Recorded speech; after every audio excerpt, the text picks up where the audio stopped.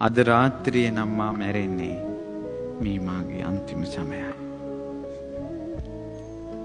හෙට නම් මා මැරෙන්නේ මගේ ජීවිතයේ අන්තිම සමයයි.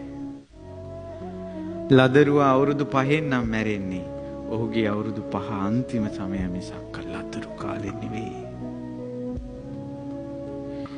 අවුරුදු 15 ළමයා අවුරුදු 15 නම් මැරෙන්නේ ඔහුගේ අවුරුදු 14 15 කියන්නේ භද්‍ර යවෝනේ නෙවෙයි ඔහුගේ අවසන් සමයයි.